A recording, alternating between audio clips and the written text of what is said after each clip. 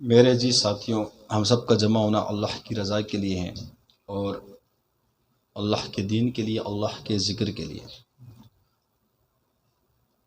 حدیث میں آتا ہے کہ جس کا مفہوم اس طرح سے کہ جو لوگ اللہ کے ذکر کے لیے آ کر ایک جگہ جمع ہو، کس کے لیے؟ اللہ کے ذکر کے لیے ایک جگہ آ کر جمع ہو تو اس مجلس کو فرشتوں جو ہے نا وہ چاروں طرف سے گھیر لیتے ہیں، اور فرشتے ایک دوسرے کے اوپر قطاریں لگا لگا کے اوپر تک جاتے ہیں، آسمانوں تک، حتیٰ کہ اللہ کے عرش تک وہ قطاریں پہنچ جاتی ہیں۔ پوری دنیا سے فرشتے آ رہے ہوتے ہیں، کس پہ؟ اللہ کے ذکر کی مجلس پر۔ پھر جب وہ مجلس برخاست ہو جاتی ہیں تو اللہ جل شانہ فرشتوں سے پوچھتے ہیں کہ فرشتوں آپ کہاں سے آ رہے ہو؟ فرشتے عرض کرتے ہیں، اے اللہ ہم فلاں جگہ سے آ رہے ہیں، فلاں جگہ آپ کا ذکر کیا جا رہا تھا۔ یہ پلے کا قسم کے نہیں بیپار سے فرشتے عرض کرتے ہیں، یا اللہ فلاں جگہ سے آ رہے ہیں، فلاں جگہ آپ کے فلاں بندے بیٹھے تھے اور آپ کے ذکر میں مشغول تھے، آپ کی بڑائی میں مشغول تھے، آپ کو یاد کر رہے تھے۔ اللہ جل شانہ اس فرشتوں سے پوچھتے ہیں کہ وہ کیا چاہتے ہیں؟ فرشتے عرض کرتے ہیں، یا اللہ وہ جنت کو چاہتے ہیں۔ اللہ جل شانہ فرشتوں سے پوچھتے ہیں، کیا انہوں نے جنت کو دیکھا ہے؟ فرشتے عرض کرتے ہیں، یا اللہ جنت کو تو دیکھا نہیں۔ پھر اللہ پوچھتے ہیں، اگر وہ جنت کو دیکھ لے تو فرشتے عرض کرتے ہیں، اے اللہ اگر وہ جنت کو دیکھ لے تو اور بھی ان کی طلب بڑھے، وہ جنت کو اور بھی چاہیں گے، اور بھی اللہ کے ذکر میں مشغول ہوں گے۔ پھر اللہ جل شانہ اس فرشتوں سے پوچھتے ہیں کہ وہ کس چیز سے پناہ مانگ رہے تھے؟ فرشتے عرض کرتے ہیں، اے اللہ وہ جہنم سے پناہ مانگ رہے تھے۔ اللہ جل شانہ ارشاد فرماتے ہیں فرشتوں سے، کیا انہوں نے جہنم کو دیکھا ہے؟ فرشتے عرض کرتے ہیں، اے اللہ جہنم کو دیکھا نہیں، اگر وہ جہنم کو دیکھ لیں اور بھی زیادہ جہنم سے پناہ مانگیں گے۔ پھر اللہ جل شانہ فرشتوں سے ارشاد فرماتے ہیں کہ اے فرشتوں آپ سب گوارے نا، میں نے اس تمام مجلس میں جتنے شریک تھے سب کی مغفرت کر دی۔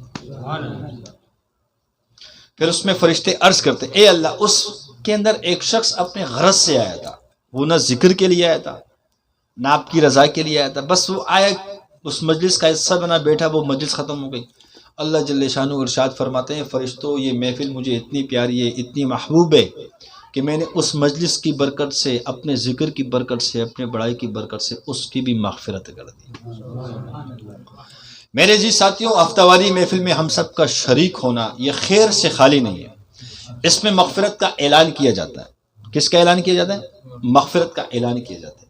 اللہ جل شانہ جو ہے نا، یہ اللہ بڑے کریم ہے، اللہ بڑے رحیم ہے، اللہ بڑے غفور ہے، اللہ رحمان ہے، رحیم ہے، اللہ ستار ہے۔ اللہ اپنے بندوں کو نوازنا چاہتے ہیں، بس اللہ اس موقع کی تلاش میں۔ کس کی تلاش میں؟ موقع کی تلاش میں۔ لیکن میں اور آپ اس موقع کو تلاش نہیں کرنا چاہتے، اپنے رب کے ساتھ تعلق نہیں بنانا چاہتے۔ حالانکہ دنیا میں بھیجنے کا مقصد میرا اور آپ کا یہی ہے کہ اللہ جل شانہ فرماتے ہیں کہ دنیا میں آپ کو اس لیے بھیجا، قرآن میں اللہ فرماتا ہے کہ آپ میری بندگی اختیار کرو، میری معرفت کو حاصل کرو۔ کس کو حاصل کرو؟ معرفت اس کو کہتے ہیں، پہچان کو جاننا اور پہچاننا، یہ معرفت ہے کہ یہ جان لے اپنے رب کو، پہچان لے اپنے رب کو۔ تو آج ہم نے اپنے رب کو نہ جانتے ہیں نہ پہچانتے ہیں، اگر جانتے بھی ہیں تو اس حد تک کہ وہ اللہ ہے، اس نے کائنات کو بنایا ہے، آپ پہچانتے نہیں ہیں۔ اگر اللہ کو ہم پہچاننے لگ جائے تو ہمارے دلوں میں اللہ کی ہیبت ہر ٹائم موجود ہوگی، اللہ کی کبریائی، اللہ کی بڑائی ہمارے دلوں کے اندر ہر وقت موجود ہوگی۔ اللہ اتنے بڑے ہیں کہ پوری کائنات کو تخلیق کرنے والے ہیں، ساتوں آسمانوں کو، ساتوں زمینوں کو 6 دن کے اندر اللہ جل شانہ نے پیدا کیا۔ کتنے دنوں میں؟ 6 دنوں میں اللہ نے پوری کائنات کو تخلیق کیا۔ ایک دفعہ موسیٰ علیہ السلام نے عرض کی، اے اللہ اگر پورے کائنات کے سارے انسان اور ساری مخلوقات آپ کی نافرمان ہو جائے تب آپ کیا کریں گے؟ اللہ جل شانہ نے ارشاد فرمایا کہ اگر پوری کائنات سارے انسان میری نافرمانی پہ آ جائے، جنات، انسان، چرند پرند، ساری مخلوقات، آگ، ہوا، پانی، مٹی، پہاڑ، درخت، یہ ساری نافرمانی پہ آ جائے، تب میں ایک جانور کو چھوڑوں گا، ایک لقمے کے اندر پوری کائنات کو ہڑپ کر جائے گا۔ موسیٰ علیہ السلام نے عرض کی اے اللہ اتنا بڑا جانور یہ کہاں ہے؟ اللہ جل شانہ نے ارشاد فرمایا اے موسیٰ جو آپ کو علم دیا ہے بہت تھوڑا سے دیا ہے، وہ ہمارے علم کے اندر ہے، ہمارے چراغاؤں میں کہیں چر رہا ہے۔ اللہ کی کسی کے ساتھ یاری نہیں ہے، کسی کے ساتھ رشتہ داری نہیں ہے، اللہ کی ذاتیات نہیں ہے۔ اللہ اپنے بندوں سے 70 ماؤں سے زیادہ محبت کرتا ہے، لیکن اللہ کی رشتہ داری کسی کے ساتھ نہیں ہے۔ وہ معاف کرنے پہ آئے تو بڑے بڑے مجرم کو معاف کر لے، اس رب سے کوئی پوچھنے والا نہیں ہے کہ آپ نے کیوں معاف کیا۔ پکڑنے پہ آ جائے تو بڑے بڑے علماء اللہ والوں کو پکڑ لے، اس رب سے کوئی پوچھنے والا نہیں کہ اللہ آپ نے ان کی پکڑ کیوں فرمائی۔ اور کسی کے ساتھ ستاری کا معاملہ کرنا چاہے تو اس کے گناہوں پہ پردے ڈال لے، اس کو جنت میں داخلہ دے دے، اور کسی کو بغیر حساب کتاب کے داخل کر دے جنت میں۔ وہ اس کی مرضی ہے، اس کی کبریائی ہے، اس کی بڑائی ہے۔ پوری کائنات کا وہ شہنشاہ ہے، بادشاہ ہے، پوری کائنات کو چلانے والا ہے، پوری کائنات کو بنانے والا ہے، پوری کائنات کا رب ہے۔ دنیا کے سارے خزانے اللہ کے قبضے قدرت میں ہیں، پوری کائنات کا جو نظام چل رہے ہیں اللہ کے قبضے قدرت میں ہے۔ ہواؤں کا چلنا اللہ کے امر سے، اللہ کے حکم سے ہے۔ سمندروں کی طغیانی یہ اللہ کے حکم سے، دریاؤں کی طغیانی یہ اللہ کے حکم سے، سمندروں کا موجے مارنا، لمبی لمبی لہریں مارنا یہ اللہ کے امر سے ہے۔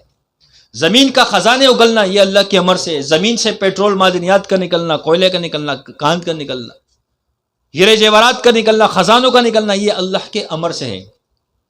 وہ جب چاہتا ہے آسمان سے پانی برسا دے، جب وہ چاہے آسمان سے پتھر برسا دے۔ جیسے اللہ نے قوم عاد، قوم سمود ان پہ پتھر بھی برسائے آسمان سے۔ قوم شعیب جو تھی بڑی سمجھدار قوم تھی، تجارت کرنے والی تھی، مال میں ملاوٹ کرتے، تجارت میں جھوٹ بولتے تھے، کسی کو دکھایا ایک دیا کچھ، ناپ تول میں کمی کرنے والے تھے۔ شعیب علیہ السلام نے بڑا سمجھایا لیکن وہ سمجھے نہیں۔ جب مصیبت آتی شعیب علیہ السلام کو لے کر توبہ کر لیتے، اللہ معاملات ٹھیک کرتا تھا۔ پھر جب سدھرنے کے بعد پھر وہ اس طرف، جیسے بھی تھوڑی دیر پہلے ایک نظم پڑھی گئی، مشکل میں خدا کو یاد کیا، مشکل ہوئی آساں بھول گئے۔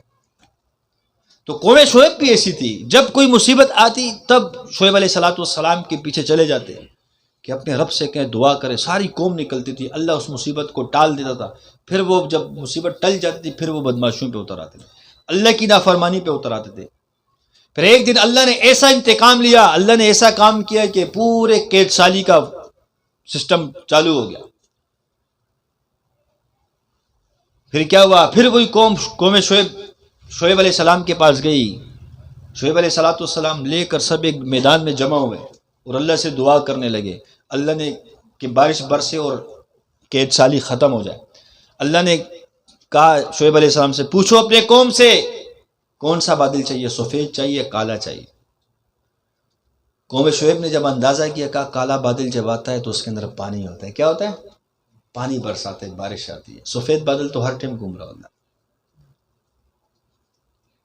انہوں نے کالے بادل کا انتخاب کیا، جیسے ہمارے فلکیات والے پیشن گوئیاں کرتے ہیں نا، بارش ہونے والی ہے، ٹھیک ہے، تو اس طریقے سے انہوں نے کالے بادل کا انتخاب کیا۔ اللہ نے وہ کالے بادل بھیجنا شروع کیے، جیسے وہ کالے سے تبدیل ہوتے گیا، سرخ بن گئے۔ وہ بارش کی جگہ اوپر سے آگ پھینکی گئی۔ کیا پھینکی گئی؟ آگ برسائی گئی۔ میں اور آپ کا یہ یقین ہے کہ بادل سے بارش برستا ہے۔ خدا کی قسم سے بارش تو اللہ کے امر سے آتی ہے۔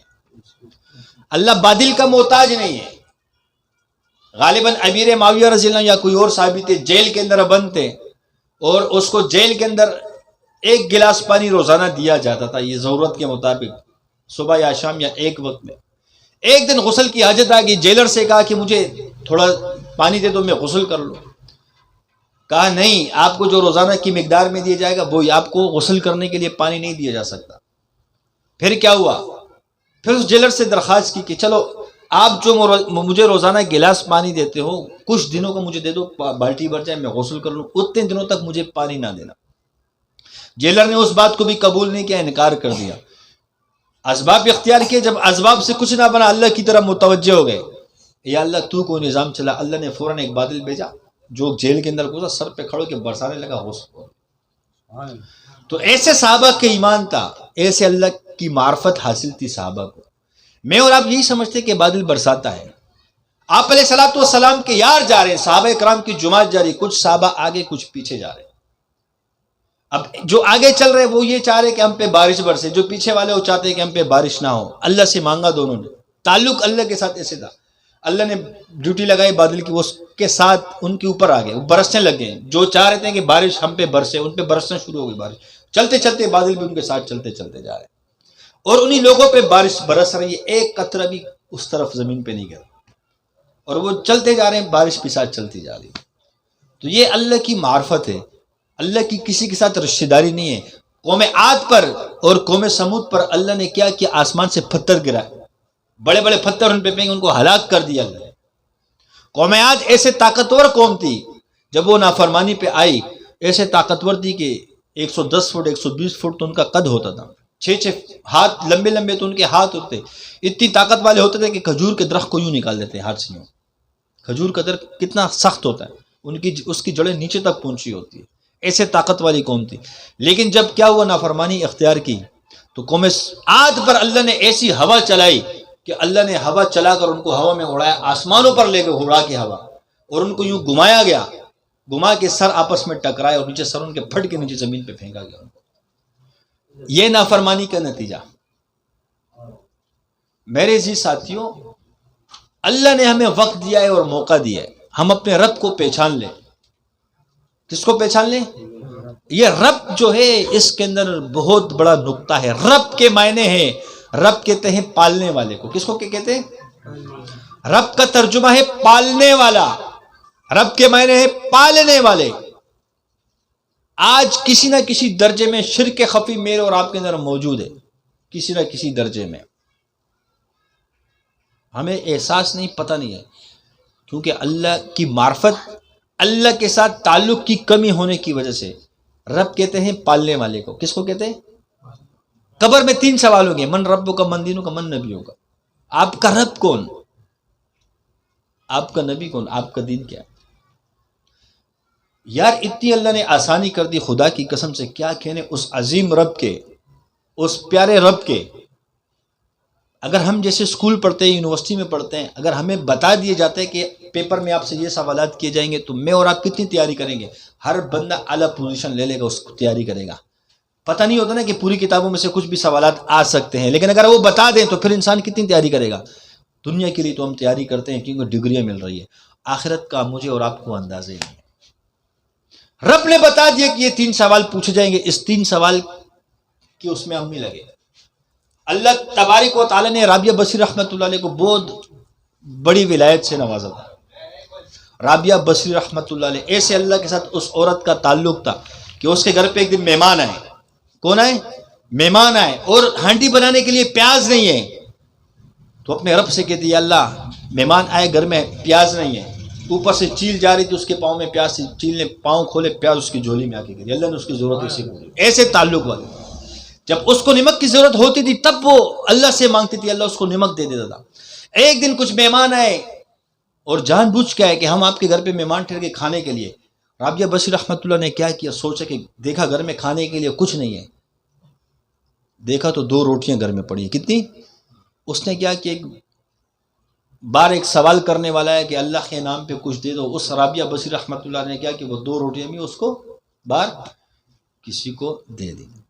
جو مہمان آئے تھے وہ پریشان کہ دیکھو گھر میں 2 تھی، وہ بھی دے دی، ہم تو کھانے کے لیے آئے. ان سے کہا ٹینشن نہیں، بیٹھے رہو آپ، اس حالات کو نہیں دیکھو، کسی کو اس کو نہیں دیکھو. تھوڑی دیر گزری، ایک بچی آئی، دستک دی دروازے پہ اور روٹیاں لے کر آئی. جب روٹیاں گری 18 تھی. رابعہ بصری نے فرمایا اس چھوٹی بچی سے، جاؤ اپنی ماں سے کہو کہ آپ تو 20 روٹیاں بھیجنا چاہتی تھی، آپ نے 18 بھیجی، 2 کم ہے. وہ جب گئی اپنی ماں سے پوچھا، ماں سے یہی ساری باتیں عرض کی، تو ماں نے کہا واقعی میں نے 20 بھیجنی تھی، 2 اور بھیجی، 18. ان مہمانوں کو کھلایا. تو مہمانوں نے پوچھا کہ رابعہ یہ کیا معاملہ ہوا، آپ کے پاس تھی وہ آپ نے دے دی، آگے روٹی کا انتظام ہو گیا. کہا حدیث میں نہیں پڑھا آپ نے، اللہ فرماتا ہے کہ جس نے میرے نام پہ کوئی چیز دے دی میں اس کو 10 گنا بڑھا کے دنیا میں دوں گا اور آخرت میں تو پھر اس کا حصہ الگ ہے. تو میرے پاس 2 روٹیاں تھی، دے دی، مجھے پتا تھا ایک کا 10 گنا ملے گا.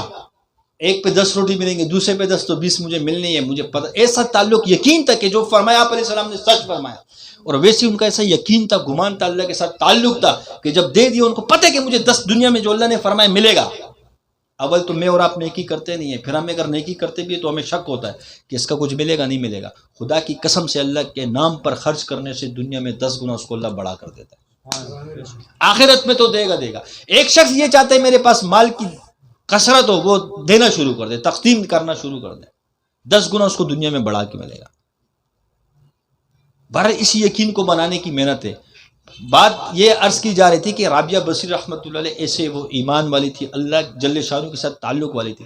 ایک دن جب رابعہ بصری رحمۃ اللہ علیہ کا انتقال ہوا، امام حسن بصری رحمۃ اللہ علیہ کے دل کے اندر خواہش پیدا ہوئی. امام حسن بصری رحمۃ اللہ علیہ بہت بڑے بزرگ ہیں، سلسلہ چشت کی سند بھی وہیں سے آ رہی، بہت بڑے بزرگ ہیں امام حسن بصری رحمۃ اللہ علیہ. تو اس اتنے بڑے اللہ والے کے دل کے اندر یہ تمنا ہے کہ کاش یہ عورت میری بیوی ہوتی. لالچ آ گئی نا، ہر شخص یہ چاہتا ہے کہ میری، دیکھو جو بزنس مین ہوگا تو اس کی یہ خواہش ہوگی کاش میری بیوی بھی کوئی فیکٹری کی مالک ہو. جو ڈاکٹر ہوتا ہے اس کی یہ خواہش ہوتی ہے میری بیوی بھی ڈاکٹر ہو، ہے کہ نہیں ہے.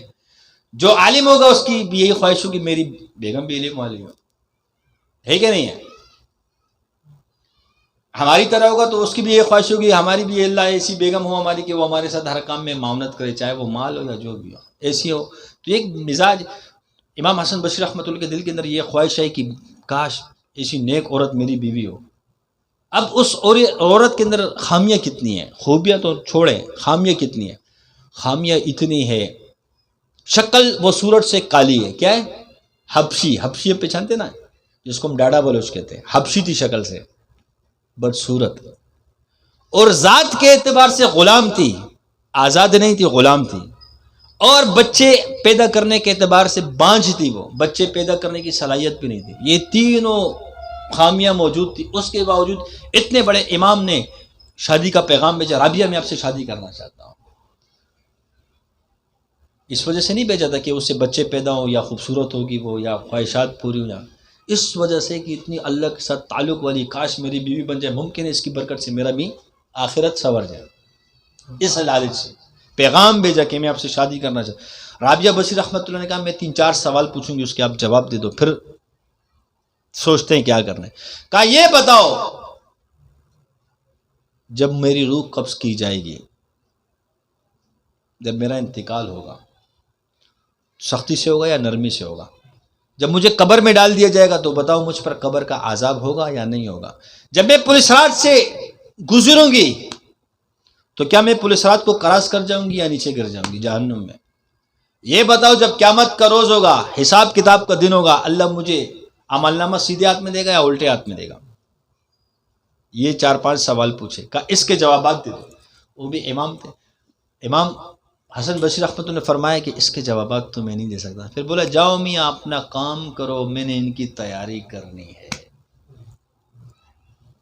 کیا کرنی ہے؟ اس کی تیاری کرنی ہے، اپنا کام کرو. یہی رابعہ بصری رحمۃ اللہ علیہ جب اس کا انتقال ہوتا ہے، خادمہ خواب میں دیکھتی ہے، پوچھتی ہے کیا معاملہ ہوا؟ کہا جب مجھے قبر میں ڈالا، منکر نکیر ہے، مجھ سے سوال کیا من ربک، آپ کا رب کون ہے؟ میں نے کہا جب میں نے 40 سال دنیا میں رہتے ہوئے اپنے رب کو نہیں بلایا تو اس تھوڑی سی مٹی کے اندر آ کے، اس چھوٹی سی جگہ کے اندر، اس تھوڑی سی مٹی کے ڈھیر کے اندر میں اپنے رب کو کیسے بلا سکتی ہوں؟ منکر نکیر نے کہا کہ جاؤ جی ان سے کیا پوچھنا، چلے گئے. اسی طرح واقعہ امام حضرت عمر فاروق رضی اللہ عنہ کے بارے میں بھی آتے ہیں. پوچھا جب آپ علیہ السلام نے فرمایا کہ قبر میں یہ سوال ہوں گے، امام حضرت عمر فاروق رضی اللہ عنہ نے عرض کی یا رسول اللہ اس وقت ہم اپنی ہوش آواز میں ہوں گے جیسے اسی طرح ہوش آواز میں؟ فرمایا بالکل قبر میں ایسے ہی ہوش آواز سے ہوں گے. فرمایا یا رسول اللہ پھر ہم منکر نکیر سے نمٹ لیں گے. ایمان ہے یہ. میں اور آپ یہ دعویٰ کر سکتے ہیں؟ یہ ایمان ہے. من رب کا بات یہاں سے چل رہی تھی، اتنی طویل بات ہو گئی. من رب کا، ہم نے اپنے رب کو پہچانا نہیں. رب کس کے معنی کیا ہے؟ رب کہتے ہیں پالنے والے کو. کس کو؟ میرا اور آپ کا یقین کیا ہے؟ میرا رب کون ہے؟ فیکٹری ہے. میرا رب کون ہے؟ تجارت ہے. میرا رب کون ہے؟ ملازمت ہے. میرا رب کون ہے؟ یہ فلاں سیٹ فلاں کرسی ہے. کیوں؟ جب ہم پہ حالات آتے ہیں اور ہم یہ سوچتے نا کہ میرے کو جب نوکری سے نکال دے گا تو میرا کیا بنے گا، میرے بچے کیسے پلیں گے، اس کا تو مطلب یہی ہے کہ تم نے رب اس نوکری کو مان لیا، رب کو مانا نہیں۔ رب کہتے ہیں، میں نے بتایا نا کہ ہمارے اندر بھی شرک خفی کسی نہ کسی درجے کے اندر موجود ہے، یہ بہت خطرناک بات ہے۔ رب تو اللہ ہے۔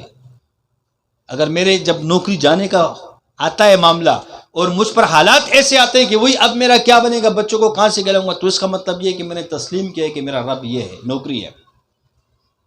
یا کسی کے پاس پیسے آتے ہیں، جب وہ خرچ ہونا شروع ہو جاتے ہیں تو ہم نے یہ تسلیم کر لیا، اگر پریشان ہوتے ہیں کہ اب کیا ہو گیا، اس کا مطلب یہ کہ ہم نے دل میں یہ مانا ہوا ہے کہ رب یہ ہے، وہ نہیں ہے۔ رب بھی اللہ، رازق بھی اللہ۔ رزق دینے والا کون؟ اللہ۔ ایسا رازق ہے کہ موسیٰ علیہ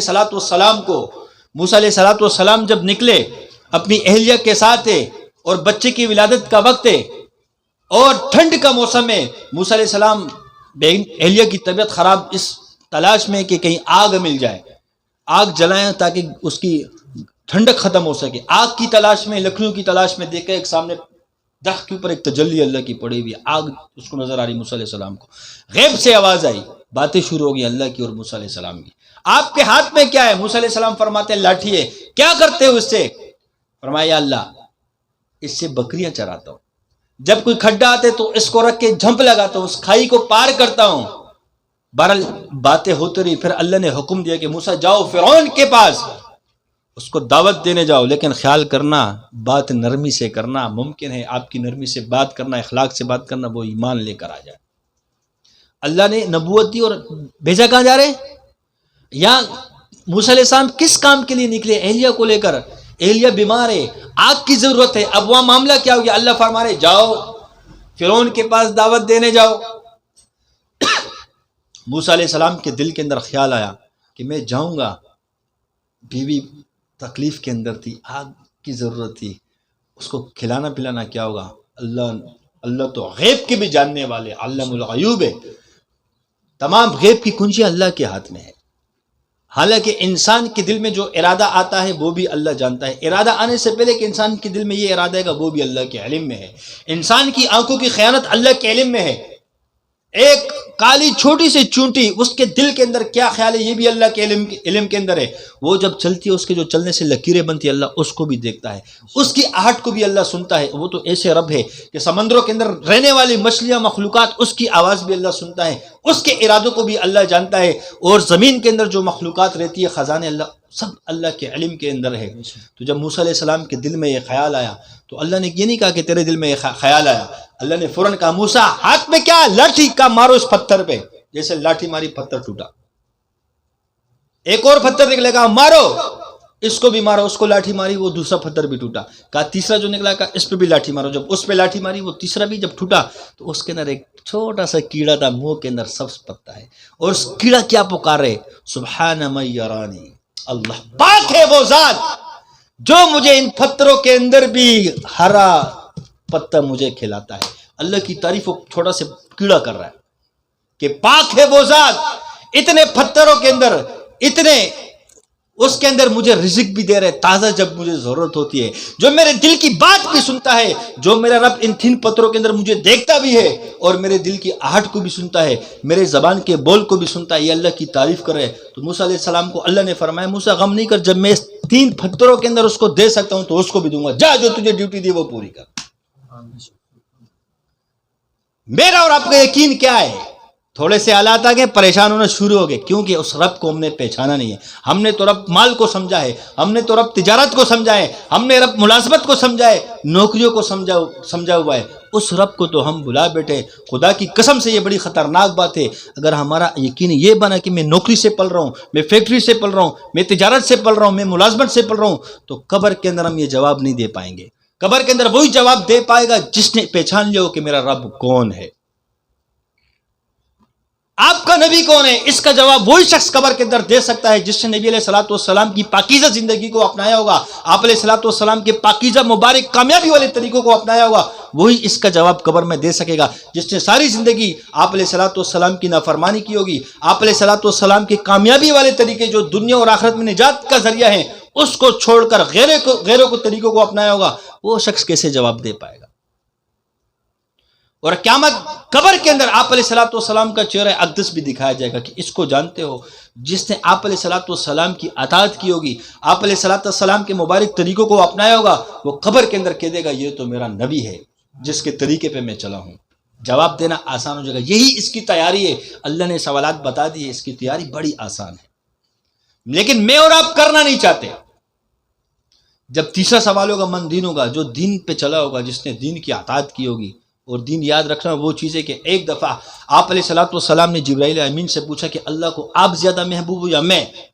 فرمایا اللہ کو آپ محبوب ہو، میں تو خادم ہوں، میں تو ڈاکیا ہوں، ڈاک پہنچانے والا ہوں، میں تو اللہ کے پیغامات آپ تک پہنچانے والا ہوں، آپ ہی کے پاس مجھے بھیجا جاتا ہے کیونکہ آپ اللہ کو عظیم ہو، اللہ کی۔ اور پوری کائنات کی وجہ کون ہے؟ آپ علیہ الصلوۃ والسلام۔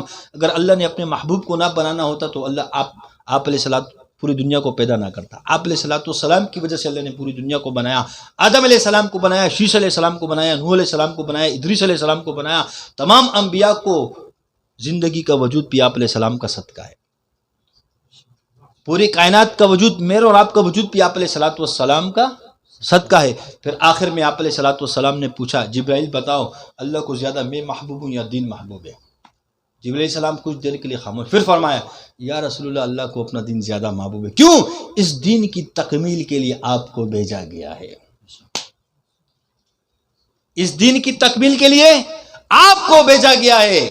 اس دین کے لیے تو آپ نے تکلیفیں برداشت کی ہے کیونکہ اللہ کو دین زیادہ محبوب ہے۔ اس دین کے لیے تو آپ کے دندان مبارک شہید کیے گئے۔ اس دین کی خاطر تو آپ علیہ الصلوۃ والسلام کو کیا کیا اذیتیں دی گئی ہیں کہ آپ علیہ الصلوۃ والسلام کے جوتے مبارک خون سے رنگین ہیں۔ آپ علیہ الصلوۃ والسلام کے پیچھے لوگوں نے پتھر پھینکے، آپ علیہ الصلوۃ والسلام کو ستایا، اور آپ علیہ الصلوۃ والسلام نے فرمایا کہ اس دین کے لیے جتنا مجھے ستایا گیا ہے اتنا کسی اور انبیاء کو نہیں ستایا گیا۔ یہ اللہ کو دین زیادہ محبوب ہے، لہٰذا میں اور آپ ان تین سوالوں کی تیاری میں لگ جائیں۔ اور آپ علیہ الصلوۃ والسلام نے فرمایا عقل مند شخص اور سمجھدار شخص وہ ہے، کون ہے؟ میں اور آپ عقل مند سمجھدار کس کو سمجھتے ہیں؟ میں اور آپ عقل مند سمجھدار اس کو سمجھتے ہیں جو بیگم کے لیے نئے نئے سوٹ ہر ہفتے میں لا رہا ہوں، بڑی بیگم سے محبت کرتے، بڑا عقل مند ہے۔ جو اپنے بچوں کو اعلیٰ تعلیم کے لیے یونیورسٹیوں میں ڈال دے، میں سمجھتے ہیں کہ یہ عقل مند ہے، اپنے بچوں کا مستقبل بنا رہا ہے۔ میں اور آپ عقل مند اس کو سمجھتے ہیں جن کی بڑی خواہش ہوتی ہے کہ میرا بچہ پائلٹ بن جائے، وکیل بن جائے، ڈاکٹر بن جائے، صدر بن جائے، وزیر بن جائے، اعلیٰ عہدوں کو حاصل کرے۔ یہ سب سے بڑا عقل مند ہے جو اپنے بچوں کا مستقبل سوچتا ہے۔ خدا کی قسم سے یہ عقل مندی نہیں ہے۔ آپ علیہ السلام نے فرمایا کہ عقل مند اور سمجھدار شخص وہ ہے جو موت سے پہلے موت کی تیاری میں لگ جائے۔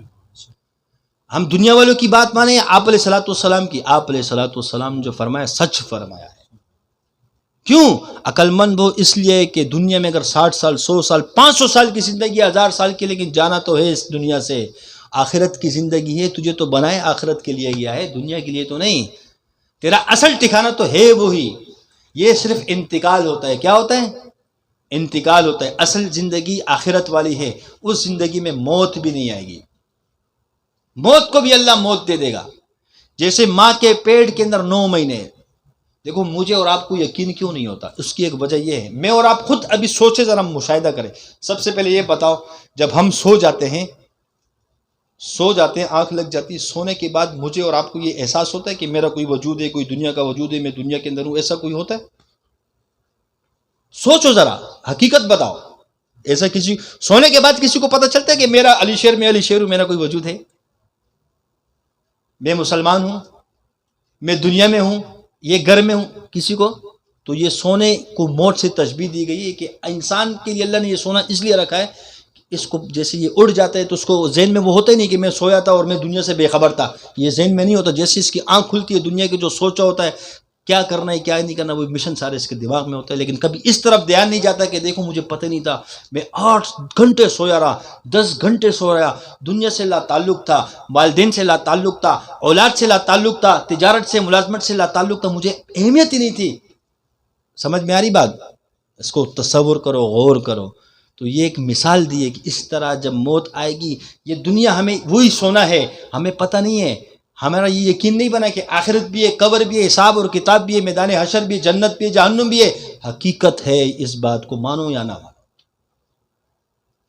انسان، ایک اور مثال، میں اور آپ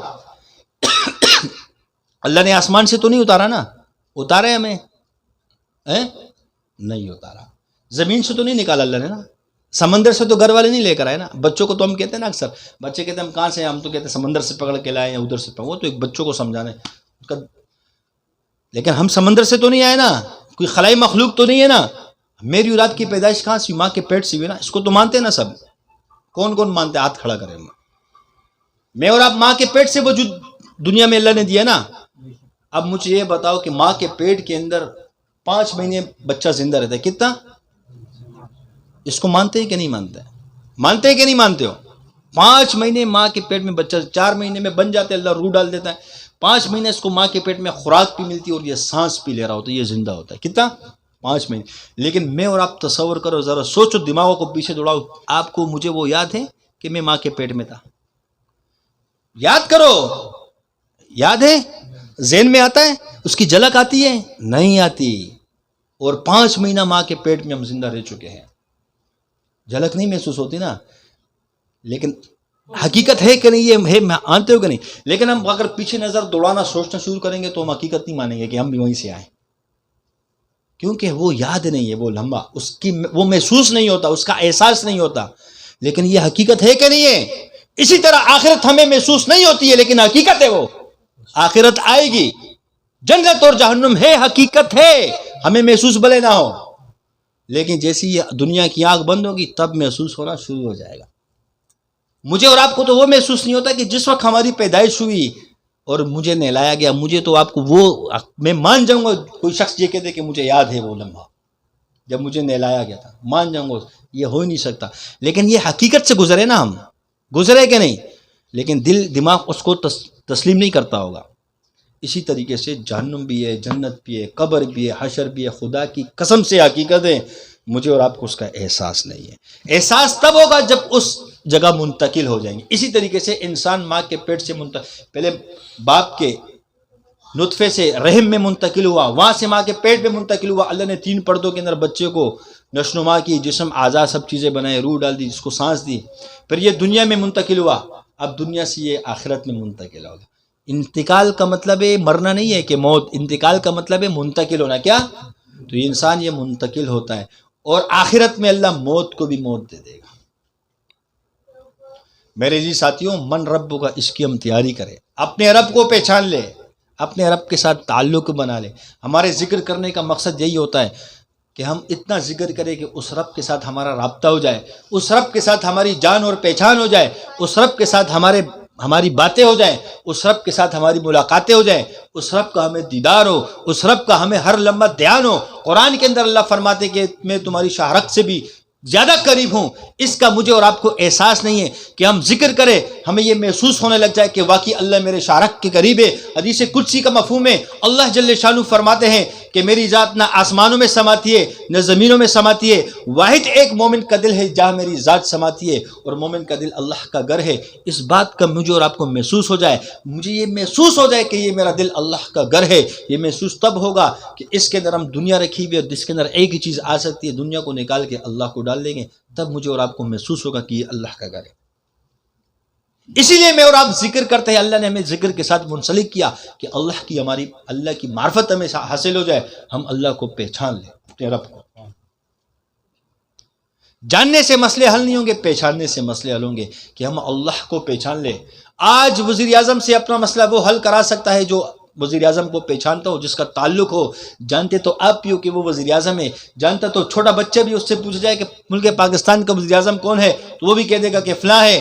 لیکن وہ پہچانتا نہیں ہے, اس کے ساتھ تعلق نہیں ہے, تو وہ اپنا مسئلہ اس سے حل نہیں کروا سکتا جب تک اس کے ساتھ پہچان نہ ہو جائے, جان کے ساتھ پہچان نہ ہو جائے اور تعلق نہ ہو جائے. اس طرح اللہ کو جو جانتے کافر بھی ہے, کافر بھی اللہ کو مانتے ہیں, حتیٰ کہ شیطان بھی اللہ کو مانتا ہے, شیطان بھی اللہ اللہ کرتا ہے, وہ بھی تو جانتے ہیں نا اللہ ہے.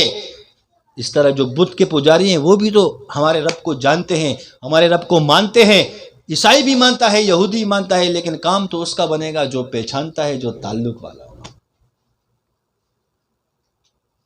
تعلق چاہے وزیر اعظم کے ساتھ چپڑاسی کا ہو تو چپڑاسی بڑے بڑے کام اس سے کروا سکتا ہے.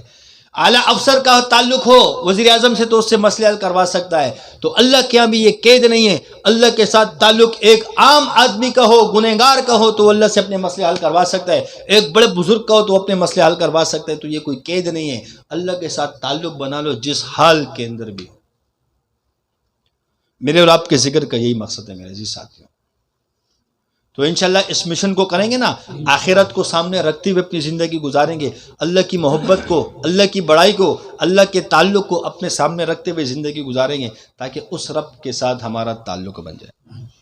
کیونکہ ایک بہت بڑی زندگی آنے والی ہے، اس زندگی میں موت بھی نہیں ہوگی. اگر اپنے رب کو ہم نے نہیں پہچانا اور اللہ کی نافرمانی ہم کرتے رہیں اور اللہ کو ناراض کرتے رہیں، اگر وہ رب ہم سے ناراض ہو گیا، ہائے ہائے، تو پھر قبر میں کیڑے بھی ہوں گے، مکوڑے بھی ہوں گے، سانپ بھی ہوں گے، بچھو بھی ہوں گے، عذابات بھی ہوں گے، عذاب والے فرشتے بھی ہوں گے.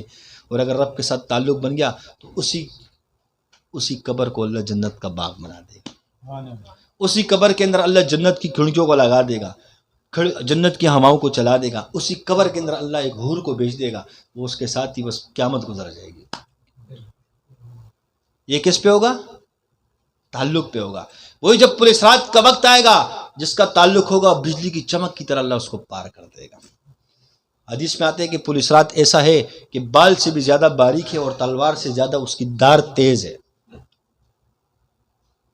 جو نافرمان ہوگا وہ تو گر جائے گا نیچے جہنم میں، جہنم کی پر وہ بنا ہوا ہے. اور جو فرما بردار ہوگا اللہ اس کو ایسے پار کر دے گا جیسے بجلی کی، جیسے بٹن دباؤ بلب وہ دنیا کے آخری کونے میں فوراً بلب جل جائے گا، اسی طرح اللہ اس کو پار کر دے گا. جیسے رکھے گا پار. اور عمل نامہ اس کو سیدھے ہاتھ میں دیا جائے گا جس سے اللہ راضی ہوگا. ہمیں عمل نامہ سیدھے ہاتھ میں اللہ عطا فرما دے. اس کے ہم غم کریں، فکر کریں، اپنی ذات کے اعتبار سے بھی، اور اپنے اوپر جو نا ظلم نہ کریں. خدا کی قسم سے ہم خود ظالم ہیں. ظلم اس کو نہیں کہتے کہ اس کو مار دیا اس کو، یہ بھی ظلم ہے، لیکن اپنے اوپر بھی ظلم کرتے ہیں کہ ہم جہنم سے اپنے آپ کو بچانے کی، جہنم کے ہولناک، خطرناک، دردناک عذاب سے اپنے آپ کو بچانے کی فکر کرے. اپنے جسموں پر رحم کرے، اپنے حال پہ رحم کرے. قبر کے معاملات سے، سانپ، بچھو، ان چیزوں سے اپنے آپ کو بچا کے. حدیث میں آتا ہے کہ جو سانپ مسلط کیا جائے گا اس کی مسافت اتنی ہوگی کہ 1 مہینہ بھی پورا چلو تو اس کی لمبائی ختم نہیں ہوگی. اس کی آنکھوں میں آگ ہوگی، اس کے ناخن لوہے کے ہوں گے، اس کی زبان میں آگ ہوگی. وہ جب ایک دفعہ ڈسے گا تو 7 ہاتھ بندہ زمین کے اندر گھس جائے گا، پھر اس کو نکالا جائے گا. اور پھر جب قبر اپنا عذاب لے گی تو قبر اس کو یوں دبائے گی، اس کی پسلیاں یوں گھس جائیں گی، موت بھی نہیں آئے گی وہاں.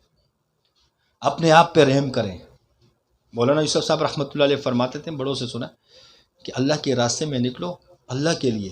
اگر اللہ کی محبت میں نہیں نکل سکتے ہو تو کم سے کم ظالم ہو اپنے اوپر تو رحم کرو کہ ادھر سے میں بچ جاؤں، اس عذاب سے تو بچ جاؤں. دنیا کی تکلیف تو آنکھ بند کرنے سے دنیا کی تکلیفیں تو انسان پار کر دے گا. اب وہ جو شروع ہوگی اس کا کیا کرے گا؟ کوشش کریں گے نا انشاءاللہ. ہم ذکر اس جذبے سے کریں کہ اللہ کی معرفت، اللہ کی محبت، اللہ کا تعلق نصیب ہو جائے. جو ہمارے بڑوں کا مشن ہے اس ذکر میں جو اللہ ہمیں اپنے بڑوں نے لگایا ہے، اللہ ہمارے بڑوں کو اجر عظیم عطا فرمائے کہ اللہ کے ساتھ ہمارا تعلق بن جائے.